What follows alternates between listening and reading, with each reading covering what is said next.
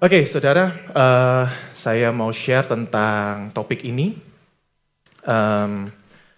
Ada kacamata kasih karunia gitu ya. Jujur saja saya terinspirasi dengan khotbahnya Ko Budi, kalau masih ingat, kalau nggak salah di minggu pertama kemarin ya. Yang itu bicara tentang point of view gitu. Dan saya pikir waktu saya renungkan dalam kehidupan saya tuh menemukan satu hal yang menarik gitu. Karena ini yang saya pelajari tentang sebuah point of view-nya Tuhan gitu. Yang saya pikir kalau kita nggak merenungkan ini, kalau kita nggak meresapi ini, kita itu rugi besar gitu ya. Namun sebelum saya lanjut, ya ada beberapa disclaimer. Yang pertama, kenapa kok saya kasih beberapa disclaimer? Karena yang pertama gini, kalau kita merujuk Alkitab, ada begitu banyak source tentang kasih karunia. Ada begitu banyak ayat yang membahas tentang kasih karunia. Baik itu di perjanjian lama maupun perjanjian baru. Jadi jangan saudara berpikir bahwa kalau kita bicara kasih karunia itu cuman miliknya perjanjian baru gitu ya. Tetapi memang gambaran kasih karunia itu lengkap pada waktu kita melihat perjanjian baru gitu. Nah, saya ingin sedikit mengesampingkan gitu konteks kasih karunia yang berbicara tentang penebusan. Karena ada banyak orang berpikir bahwa kasih karunia itu hanya bicara tentang penebusan Kristus. Tetapi nanti kita akan melihat bahwa kasih karunia itu masih bekerja dan masih punya posisi sampai saat ini. Dan bukan berarti yang tadi nggak penting, justru itu yang utama gitu ya. Cuman saya berpikir bahwa kita sudah sering mendengar itu. Tetapi yang saya mau garis bawahi, kita tidak bisa melihat apa yang saya nanti mau bahas tanpa memandang bahwa kasih karunia itu berbicara tentang penebusan dan pengorbanan Kristus. Itu yang pertama. Yang kedua, saya nanti akan bicara banyak ayat, bahkan mungkin saudara bisa ini ya, sampai mual-mual ya gitu. Karena memang ada begitu banyak resource yang bicara tentang kasih karunia, saudara. Gitu. Dan ya, tahan-tahan ya gitu ya. Fokus, konsentrasi, dan saya percaya bahwa ini akan memberkati saudara gitu. Ada satu disclaimer lagi, tapi saya lupa nantilah kalau saya ingat gitu ya. Oh, dan ini banyak, jadi saya mau mendisclaimer diri saya, semoga cepat gitu ya. Gitu. Nah, mari kita bahas satu persatu, seberapa penting gitu. Sebelum kita lanjut ya, seberapa penting kasih karunia itu mewarnai kehidupan kita. Ada satu disclaimer lagi saudara, mungkin sebelum saya lupa saya perlu bahas aja bahwa kasih karunia itu tidak berarti tanpa pribadi Kristus, saudara. Jadi jangan kita berpikir, oh kasih karunia, terus kita melupakan pribadi Kristus. Itu gak ada gunanya gitu.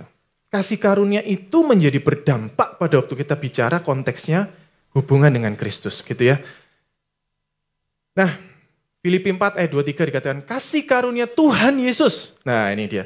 Ada begitu banyak ayat yang pada waktu mencantumkan kasih karunia, itu selalu bicara Tuhan Yesus Kristus.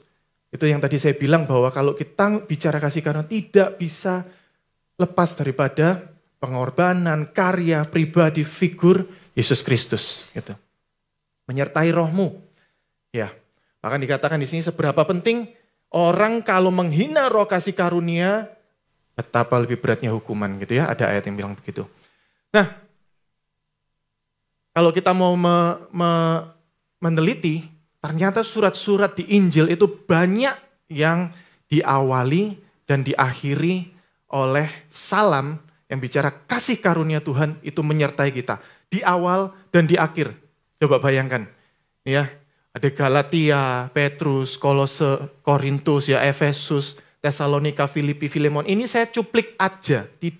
Masih banyak yang lain ya. Saya cuman cuplik. Di penutupan, Ibrani, Korintus, Filipus ya, Filipus lagi. Ya Filipi kok Filipus. Timotius, Wahyu dan seterusnya. Saudara bisa lihat sendiri. Dibuka dan ditutup oleh sebuah salam yang namanya kasih karunia. Artinya apa? Rasul-rasul itu sudah terbiasa bicara atau terbiasa mengingatkan atau menasehati seseorang untuk ingatlah kasih karunia Kristus. Ingatlah bahwa pada waktu kamu ada sekarang, kamu melayani, kamu boleh hidup. Itu cuma karena kasih karunia Tuhan. Ada banyak orang nanti kita akan melihat. Begitu orang keluar dari kasih karunia Tuhan, maka hidupnya itu nggak balance, saudara. Selalu, itu ibarat kalau badan gitu ya, tiba-tiba udah menggelembung karena mungkin kebanyakan karbohidrat gitu ya. Mungkin tiba-tiba diabetes gitu kan karena kebanyakan gula gitu kan. Tiba-tiba kolesterol, kira-kira seperti itu, saudara. Jadi kalau kita itu keluar dari konteks kasih karunia, ada penyakit-penyakit rohani yang akan muncul dalam hidup kita gitu. Karena itulah rasul-rasul itu selalu mengingatkan dan menasihati tentang pentingnya kita hidup di dalam kasih karunia Kristus. Ini lihat, pada waktu Paulus memilih Silas, apa yang mereka lakukan? Mereka diserahkan dalam kasih karunia Tuhan. Gitu. Jadi ingat, pada waktu kita mengerjakan segala satu, entah itu pelayanan, entah itu pekerjaan, begitu kita keluar dari kasih karunia, bahasa Perancisnya amsyong kita gitu ya. Apa itu amsyong? Saudaranya Shoba Shoki. Amsyong itu maksudnya artinya cilaka kita gitu ya. Jadi itu yang kita perlu pahami. Ternyata kalau ganti geter ya, saya baru tahu. Ya. Arti kasih karunia gitu ya. Arti kasih karunia. Lihat, kita bisa, kenapa kok ini penting? Karena kita perlu melihat konteksnya. Bahwa kasih karunia itu lahir dari kepenuhan Kristus. Sekali lagi itu yang tadi saya bilang. Kalau kita memandang, kita mau menghayati kasih karunia tanpa kita melihat Kristus, itu sama aja kita itu, kalau di Marvel gitu, kita mungkin melihat Kapten Amerika itu kita mengagumi perisainya gitu ya. Kita mengagumi perisainya, tapi lupa yang menggunakan itu Kapten Marvel gitu. Kapten Amerika gitu ya. Nah, maksud saya, kasih karunia itu ada karena Kristus yang memerintahkan semua gitu. Efesus 4 ayat 7. Kepada kita masing-masing telah dianugerahkan kasih karunia menurut ukuran pemberian Kristus. Menurut ukuran pemberian Kristus, saudara. Jadi semua sudah Tuhan atur sedemikian rupa. Bahkan ada ayat yang bilang, cukuplah kasih karuniaku kepadamu. Ada masa-masa di mana pada waktu kita meminta kasih karunia lebih, Tuhan bilang enggak. Kenapa? Karena kadang justru tantangan, hambatan, kesulitan-kesulitan itu adalah kasih karunia buat kita. Siapa yang percaya katakan amin? Berani bilang seperti itu? Kalau kita bisa bilang seperti itu, kita akan mensyukuri setiap hal yang boleh terjadi dalam kehidupan kita. Kita akan mensyukuri karena kita ada dalam kondisi yang kesesakan, terjepit, serba tidak enak. Kita akan bisa bersyukur karena itu, saudara. Roma 11 ayat 6, bukan lagi karena perbuatan gitu ya. Ini yang penting. Kenapa? Karena ada banyak orang sampai hari ini masih mengukur kerohaniannya dari kesalehannya untuk membaca Alkitab gitu kan. Kalau bolong langsung drop hidupnya. Saya merasa. Atau sebaliknya pada waktu kita ini pelayanan seminggu 7 kali gitu kan. Kita merasa saya ini pasti sangat dekat dengan Tuhan gitu kan. Saudara, itu tidak berbicara itu, saudara.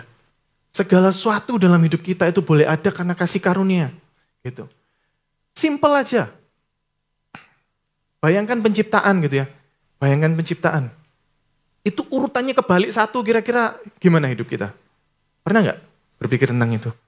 Penciptaan itu dibalik aja satu urutan, atau keskip satu urutan, kita nggak ada, saudara. Segala sesuatu yang Tuhan lakukan karyanya, itu hanya untuk kita. Itu adalah kasih karunia juga. Nah, nanti kita akan melihat, saudara, ada begitu banyak kasih karunia diberitakan di dalam firman gitu, dan nanti saya spoiler gitu ya. Nah, ini yang tadi saya mau bilang.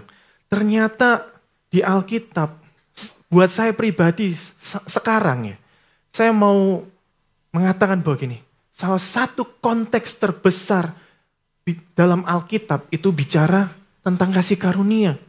Kan kita bilang, Alkitab itu berisi firman Tuhan. Terus ada yang nyanggah, siapa bilang? Ucapan setan pun dicatat ya di situ. Gitu kan. Tapi ada satu konteks besar yang bicara tentang kasih karunia. Bahwa pada waktu Tuhan berbicara manusia dan sebagainya, itu kalau kita relatekan dengan bagaimana Tuhan itu punya kasih karunia dalam kehidupan kita, kita akan menemukan benang merah yang tebal sekali, saudara. Yesus sendiri adalah kasih karunia gitu ya. Sebab hukum Taurat diberikan oleh Musa, tetapi kasih karunia dan kebenaran datang oleh Yesus Kristus. Itu tadi konteksnya ya. Nah, ini yang saya mau katakan kenapa kok konteks penting gitu. Coba kita bicara tentang, mohon maaf ya, Budi Utomo gitu ya. Mohon maaf, Budi Utomo. Kalau kita katakan Budi Utomo gitu kan, apa yang ada dalam bayangan kita? Apakah figur pria parubaya di depan, maafku, yang masih muda yang ada di depan ini, gitu kan? Ya, karena kita ada di lingkungan SMCC. Nangkep ya? Tapi kalau kita mungkin tidak di SMCC, kita bicara Budi Utomo, mungkin mereka bisa berpikir, oh organisasi pemuda yang melahirkan Sumpah Pemuda, atau mungkin kalau kita di bidang politik, ada itu yang namanya Budi Utomo ya, caleg di mana desa apa itu kemarin. Atau kemarin ada Romo yang namanya Budi Utomo. Kalau kita tidak menjelaskan konteksnya, satu dengan yang lain itu bisa miskomunikasi, betul? Gitu. Gitu juga dengan Yesus Kristus. Yesus Kristus itu adalah kalau Kristusnya udah jelas gitu ya. Yesus itu adalah nama yang sangat umum dan pasaran di masa itu, gitu. Yesus yang penjahat, Yesus yang tukang potong ikan ada gitu. Yesus yang nelayan ada gitu. Kira-kira itu namanya kayak nama Andi gitu ya. Oh maaf, nama Andi pasarannya. Daniel itu kan pasaran sekali. Daniel, David. Waduh. Tapi kalau kita bicara Yesus Kristus, itu yang harusnya muncul adalah gini. Yesus yang memberikan kasih karunia dalam kehidupan kita.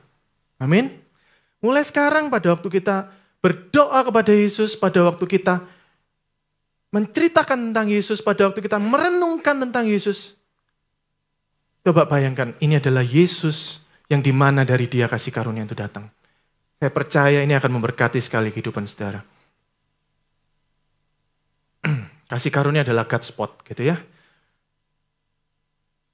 Sebab kamu tidak akan dikuasai oleh dosa karena kamu tidak berada di bawah hukum Taurat. Hukum kita itu konteksnya adalah kasih karunia. Konteksnya adalah kasih karunia.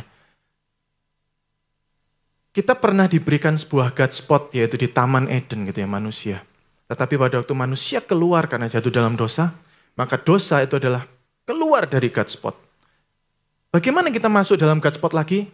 Ada orang yang mungkin tidak tahu, saudara ini suka kepo atau enggak. Saya kadang kepo ya, di mana ya Taman Eden? Kalau ada nemu, saya mau pergi ke sana gitu ya.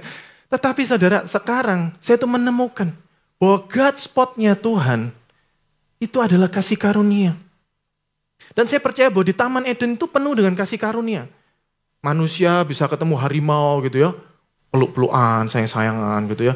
Harimau kalau ketemu manusia malah dijilati gitu kan, bukan direkam ya. Kan gitu, kasih karunia. Bisa memberi nama gitu kan, artinya apa? Orang yang memberi nama itu punya otoritas dan kuasa, betul?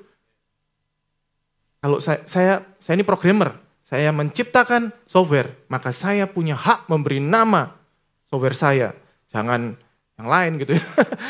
Gitu juga pada waktu kita punya anak gitu kan.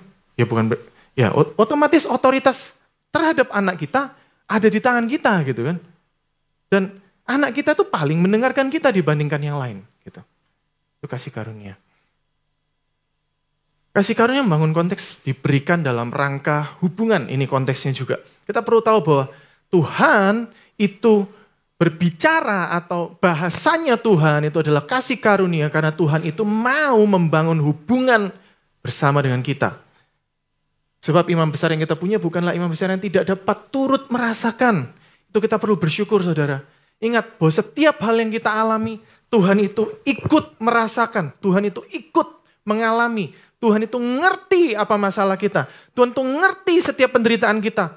Tuhan itu ada di tengah-tengah kita menangis, mungkin kita sendiri di kamar. Tuhan ada dan ikut menangis sama kita. Kenapa? Karena Tuhan punya hubungan sama kita. Masalah kita sering mengabaikan Tuhan. Pada waktu kita mau memutuskan sesuatu, kita nggak pernah tanya Tuhan. Pada waktu kita khawatir, saudara, kekhawatiran itu muncul karena kita lupa sama Tuhan, betul? Kekhawatiran itu muncul, ketakutan itu muncul karena kita merasa bahwa semua cerita tentang kemahakuasaan dan kebesaran Tuhan itu hanya dongeng gitu. Betul? Coba kita benar-benar bisa menghayati dan ngerti dan semua karya-karya Tuhan itu ada di depan kita.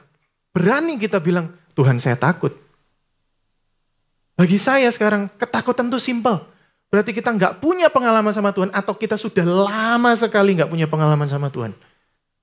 Sesimpel itu. Kasih karunia menyertai semua orang yang mengasihi Tuhan kita Yesus Kristus. Lihat, kasih karunia menyertai. Kenapa? Karena di mana ada Yesus, di situ ada kasih karunia. Amin. Kalau kita berani mengklaim Tuhan ada di dalam hati kita, tahu nggak? Di pekerjaanmu, di pelayananmu, di hal-hal yang mungkin kamu takut dan khawatir. Aduh, bisa nggak ya? Ini satu tantangan baru buat saya, saudara. Ini kabar baiknya. Saudara nggak perlu takut. Kalau itu boleh terjadi dalam kehidupan saudara, itu karena Tuhan izinkan. Amin. Dan kalau Tuhan izinkan, maka Tuhan akan memberikan bersama dengan kasih karunia-Nya. Kita nggak perlu takut. Apapun. Bahkan justru pada waktu kita boleh mengalami tekanan, tantangan, hal-hal yang mungkin melebihi kekuatan kita. Itu adalah sarana supaya kita mengalami kebesaran Tuhan di situ. Karena kalau enggak, kita yang bermain semua. Woi, kamu, karyamu hebat ya, gitu kan. Wah, misalkan pelayananmu tadi luar biasa, apa yang kita lakukan? Ya memang, gimana mau enggak. Saya latihan aja 7 hari seminggu melebihi saya makan kok, saya latihan terus kan gitu ya. Tapi pada waktu kita ngerti, enggak.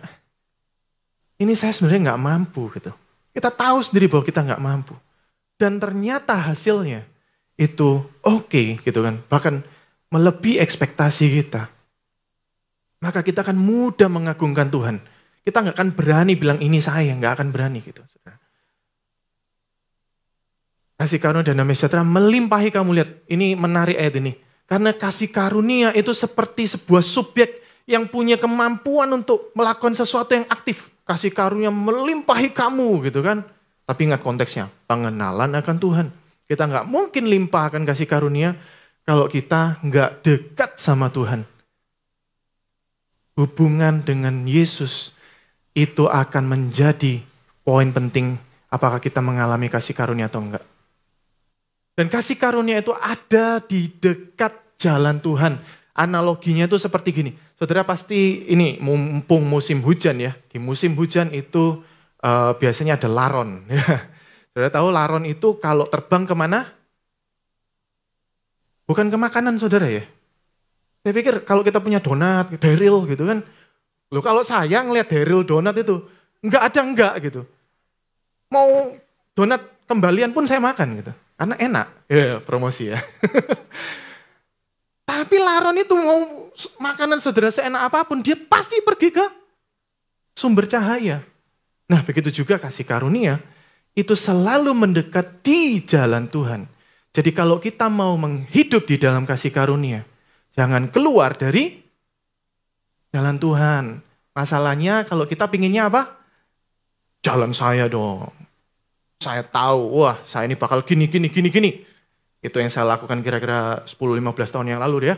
Apa yang terjadi? Hancur hidup saya. Kalau saya ceritain saudara ini bukan karena saya belajar atau apa. Ini kisah hidup saya. Cuman karena nggak mungkin cukup waktunya. Saya mungkin nggak banyak cerita, tapi nanti kalau kita mau ngopi ya, saya akan ceritakan semua. Semua yang saya sharekan ini pengalaman hidup saya. Ya, ID card kita adalah kasih karunia. Baca sendirilah ya, ini mau difoto silakan karena nggak cukup waktunya pasti. Ya silakan foto, silakan baca sendiri. ID card kita adalah kasih karunia, artinya pada waktu siapa kamu? Saya adalah orang yang mengalami kasih karunia Tuhan. Bisa kita bicara seperti itu? Saya, kalau kita gimana? Kalau ditanya, gimana kabarmu? Aduh, wah ini. Kalau kita udah, aduh, gitu kan. Saudara, hati-hati. Karena penting sekali.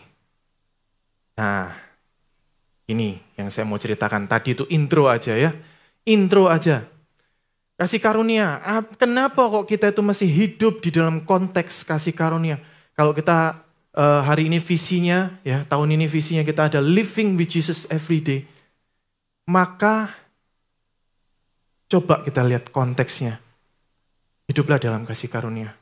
Karena kasih karunia itu tidak membuat kita lembek dan loyo, saudara. Kasih karunia itu ada bukan untuk membuat kita menjadi orang yang menikmati dan malas-malasan. Kita akan melihat semua. Nih ya, analoginya. Hidup tanpa kasih karunia itu seperti apa? Orang yang berperang tanpa senjata. Karena sekali lagi, kasih karunia itu alatnya Yesus. Gitu ya. Kalau kita main badminton, nah kan sekarang lagi hype badminton. Coba bayangkan saudara main badminton tanpa raket. Bisa? Kemarin saya di grup Next, di share, orang main badminton pakai stick golf ya. Cetang. Oke. Tapi butuh effort gak sih? Coba saudara bayangkan. Pakai badminton pakai ini ya. Gimana rasanya? Mau nyemes gitu. Gitu sudah sekuat tenaga. Shot gini. Apa yang terjadi? Gitu kan? Tapi coba saudara pakai raket. Apalagi raketnya apa sih pemain badminton? Taufik Hidayat gitu ya. Ketahuan umur saya. Bah gitu kan. Yes gitu. Itu orang kalau melakukan sesuatu dengan kasih karunia. Bisa ngerti maksud saya? Kasih karunia itu mempercepat, memperkuat, memper pokoknya ya. Gitu. Terus saudara kalau bayangkan berenang di lumpur, apa yang terjadi? Wah, 1 meter gitu. Wah, setengah meter gitu. Mudah kecapean saudara. Karena itu coba saudara renungkan orang-orang, kalau saudara mengalami burnout hari-hari ini, kalau saudara mengalami yang namanya overwhelm sama sesuatu, coba kapan terakhir saudara mengalami atau merenungkan kasih karunia Tuhan? Ada 3 hal ya. Membantu hidup benar, keberanian untuk hidup menderita, dan memampukan kita menjalani panggilan.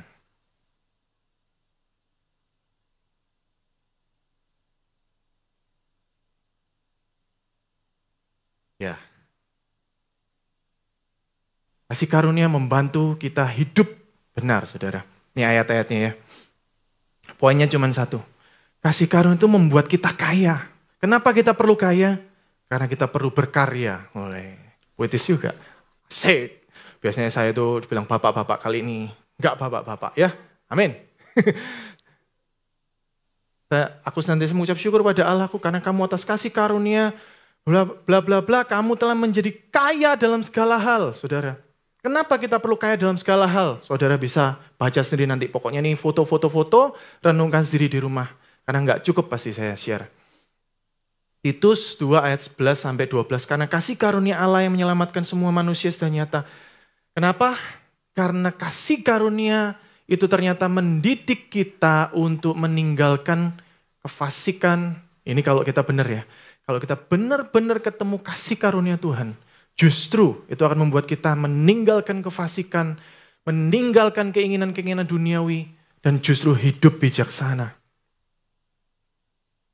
Siapa kita yang seringkali merasa, kenapa ya susah lepas dari dosa?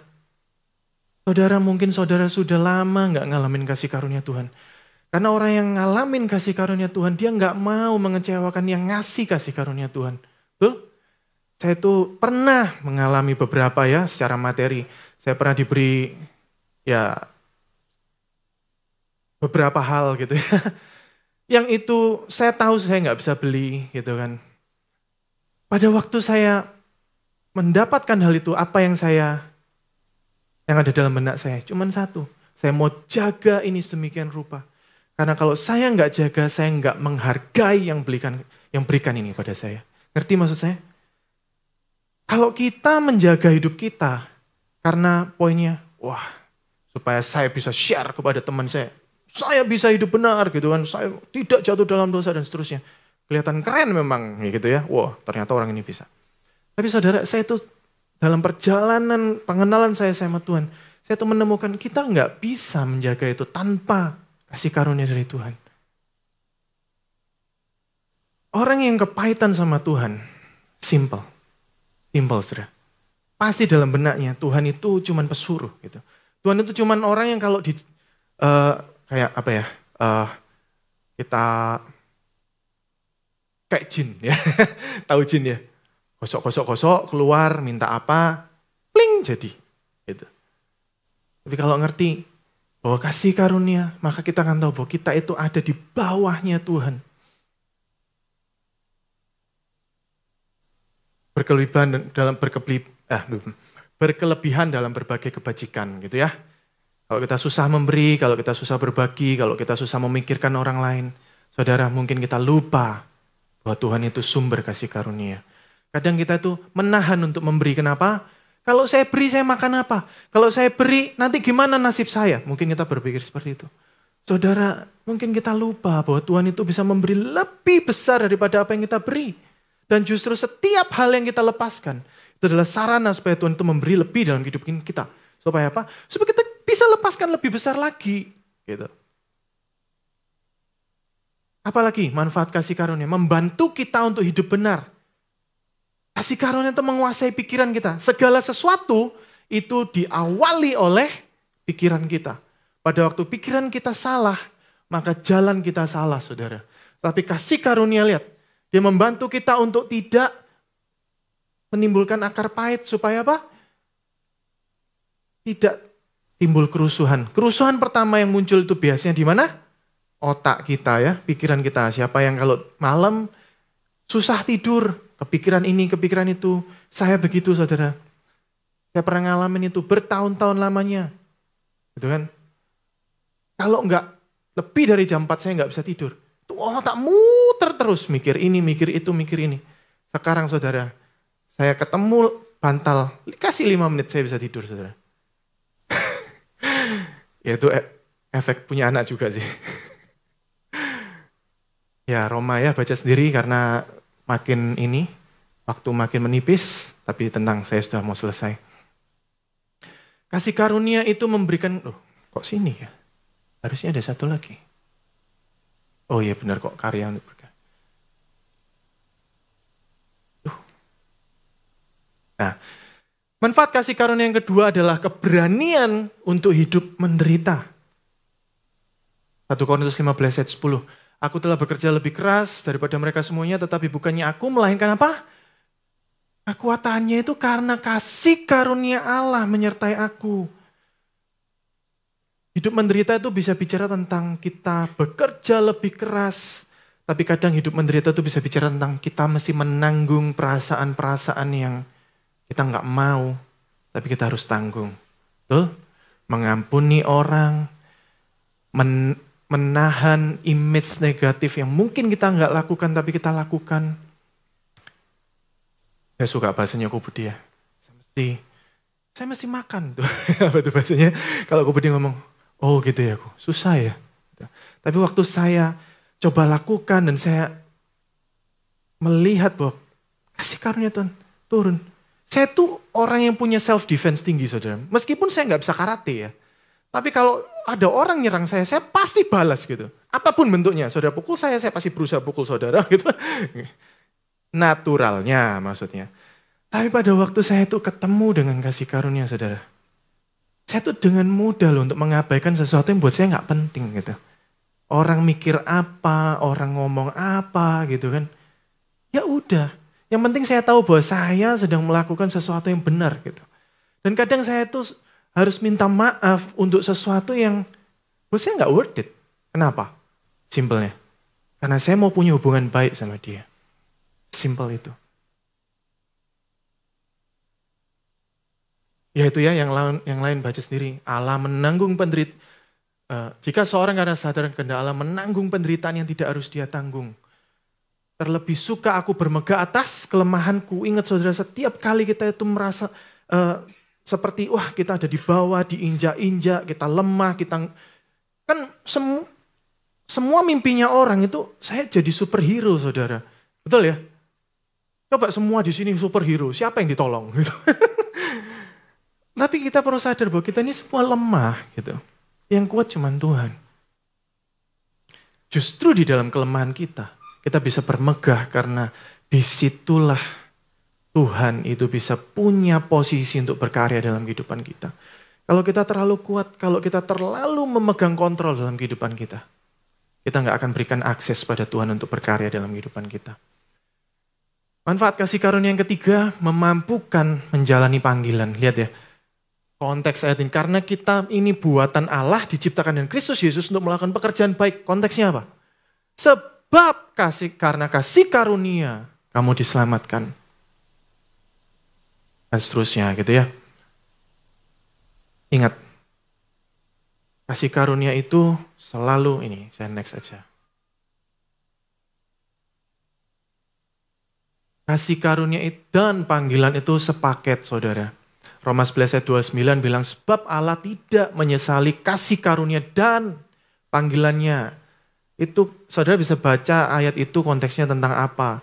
Kenapa tiba-tiba waktu bilang kasih karunia, terus disebutkan tentang panggilannya. Gitu. Kasih karunia dan Tuhan itu dan panggilan Tuhan itu sepaket, saudara. Kita nggak bisa menjalani panggilan Tuhan tanpa kasih karunia. Dan kita tidak bisa menikmati kasih karunia Tuhan tanpa menjalankan panggilannya. Sepaket. Gitu. Ini contoh-contohnya ya. Nuh.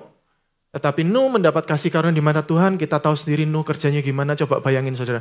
Buat bahtera sekian dengan dimensi sekian. Yang kerja cuma 8 orang gitu kan. Kira-kira selesai berapa tahun saudara? Di tengah itu setiap hari saudara dicemooh, bodoh, gila, dan sebagainya. Apa yang saudara lakukan? Kalau saya sih berhenti tengah jalan gitu ya.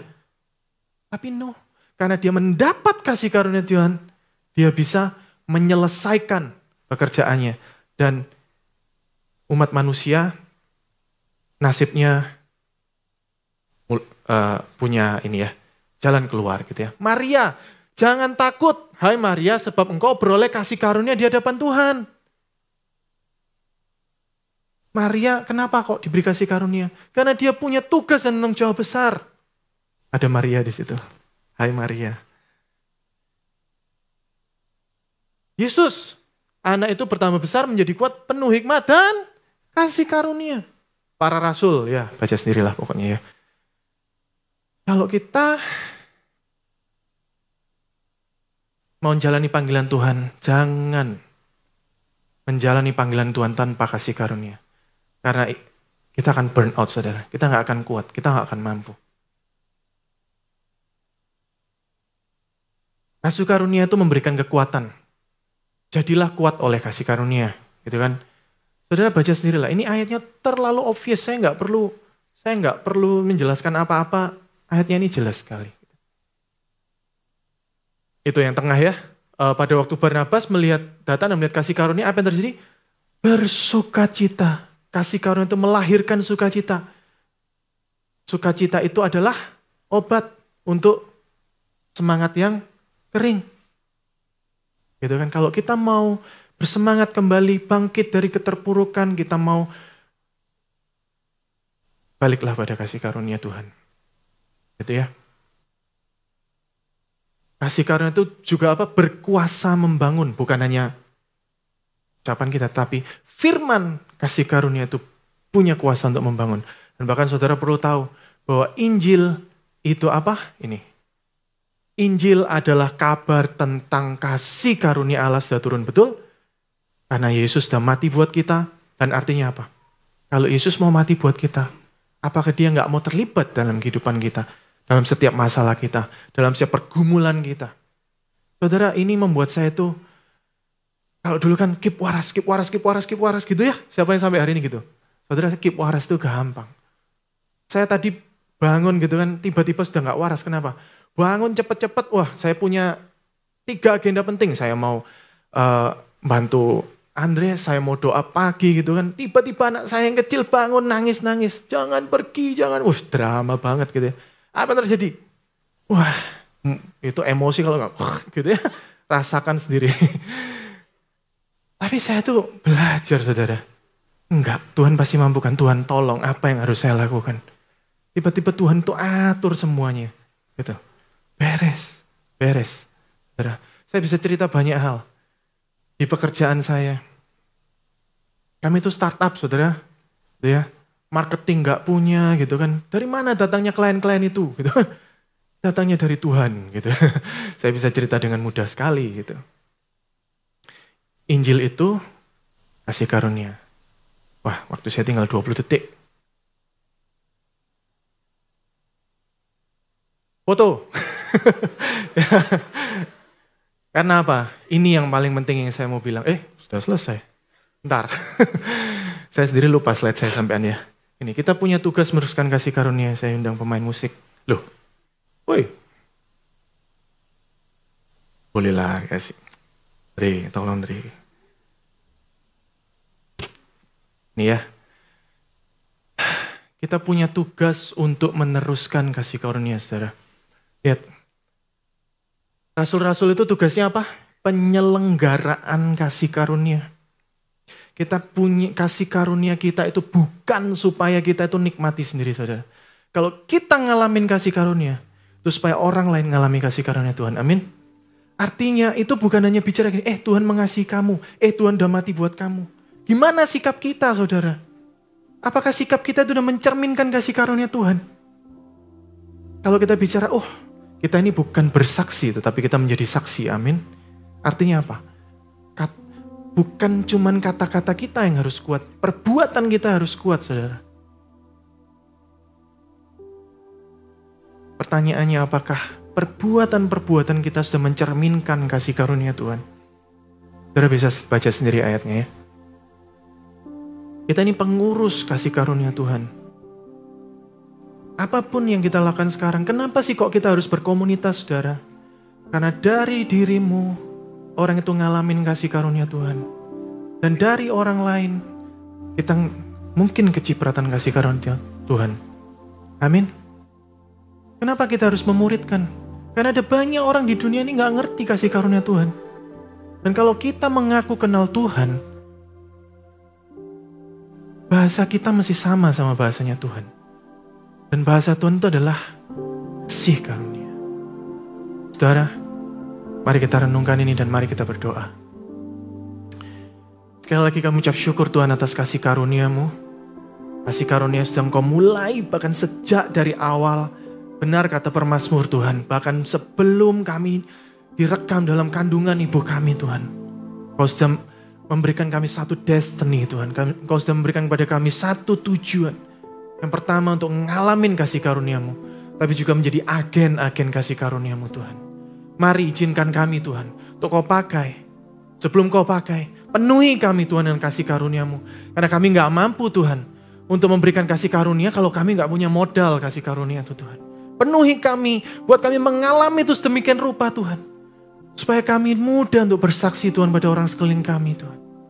Supaya kami Engkau perlengkapi dengan sedemikian Tuhan. Sehingga orang-orang yang melihat hidup kami Tuhan. Yang mereka lihat adalah Engkau. Bukan usaha kami. Yang mereka lihat adalah kehebatanmu. Bukan kehebatan kami Tuhan. Terima kasih Tuhan. Ucap syukur. Dan biarlah ini boleh menjadi warna yang kuat Tuhan yang boleh kami alami. Dan kami boleh bagikan bagi setiap orang. Dalam nama Yesus ucap syukur oleh ya. Amin.